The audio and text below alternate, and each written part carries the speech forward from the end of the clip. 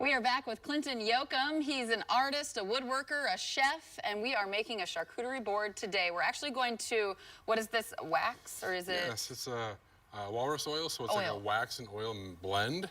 It really helps bring out all the wood grains in the boards. So we'll go ahead and place some on the board, and you can see already as the... Yeah, I'm gonna tip it up just a little bit so you can get a better shot of it. Exactly.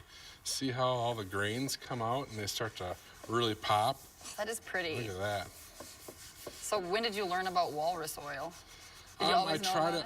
I tried a bunch of different oils, and this seemed to be the one that worked the best for me.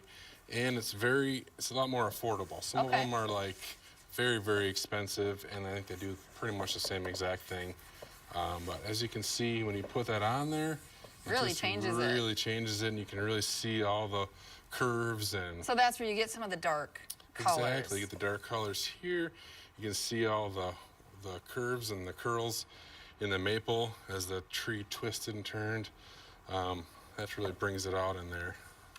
Perfect. And what's the next step then after that? The next step is I typically wait about 24 hours, and then I'll take a buffing wheel and buff it all out so it's nice and smooth, and it'll be just like this. Okay. Awesome. So again, Clinton is from the Rochester area. You went to, where'd you go to high school? Mayo High School. Mayo High School. 1996. Awesome. So you, of course, have a bunch of food that we're going to then build our charcuterie board. Oh, yes. What advice do you have for folks who maybe want to make a charcuterie board for any gatherings they have, or maybe just for family? I would suggest just picking out a few meats and a few cheeses. You don't have to get too crazy, because you just want to use high-quality food, I think, and that's what's going to really make people remember it. So what I have here is I have some Parma ham, and this is really expensive, higher end. I would suggest, you know, if you want to put your money in it, buy the nicer stuff. Sure. You know, especially, I mean, you're probably dealing with a lot of high-end events as well. Exactly. And a lot of people are using the high-end. And I like to just kind of place it in random spots on your board. Just kind of start there, and then I would usually use about 3 meats and 5 or so cheeses to kind of get things rolling. Gives a nice little diversity of just design and flavor. So you get to pick out, just keeping it kind of simple, pick out 3 meats, pick out 4 or 5 cheeses you really like, and go from there. Just keep it real simple as far as how you set things up. I like to put the meats kind of somewhat near each other, and some of the hints I have is to really kind of elevate things to keep them kind of up. Okay. So you squeeze them together and bring them up like that. So there's. What is this meat? That is a chorizo. Okay. And this is the black pepper salami. And so I will put these kind of randomly around. Push those together in the bottom so that it kind of sticks up. Kind of keeps it elevated. Yeah. I like that kind of look. A little different than just putting it flat on there. It gives These are good tips. Get a little more depth. I would not know. I've never made a charcuterie board, so this is some good advice. Yeah. So you go with the meat first? I usually go with the meat first, just because the cheese kind of can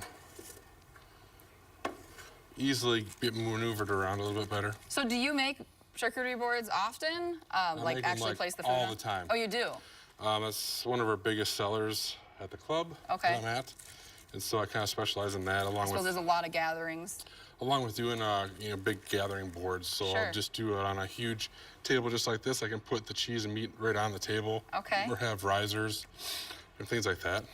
Many different types of cheese. Exactly. This one right here is a Coswalt. That is from England, and it's chive. Has a chive and kind of cheddar flavor to it. It's really yummy. This is a 4-year cheddar that I'm placing on it right now. It's got kind of a good bite to it.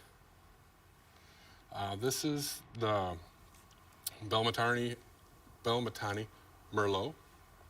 So it has a Merlot wine. You can see right there. Yeah, on the edge. Yeah, exactly. Okay. So they kind of coat it with that on all the way around. So when you get the wheel, it comes in, it's completely coated in the wine. Okay.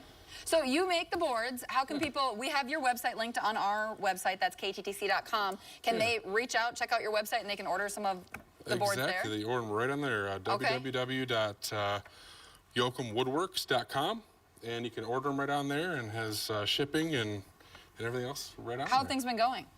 You said this was Great. kind of So a far, COVID-19 pandemic thought. It was, and like I said, my chef was like, you know, we would need some more boards, and I was looking through trying to find some boards online, and I just couldn't find anything, and I was like, I think I can do better myself and just make stuff. So then I kind of started that way, and got the club to get some from me, and it's kind of been from there. It's just it's been awesome. Yeah, fantastic. As I mentioned, more details on our website. That's kttc.com. Clinton, I'll let you continue making your charcuterie board. We have to take a quick break. We'll have weather when we come back, and we'll also check in with you to see how things are going.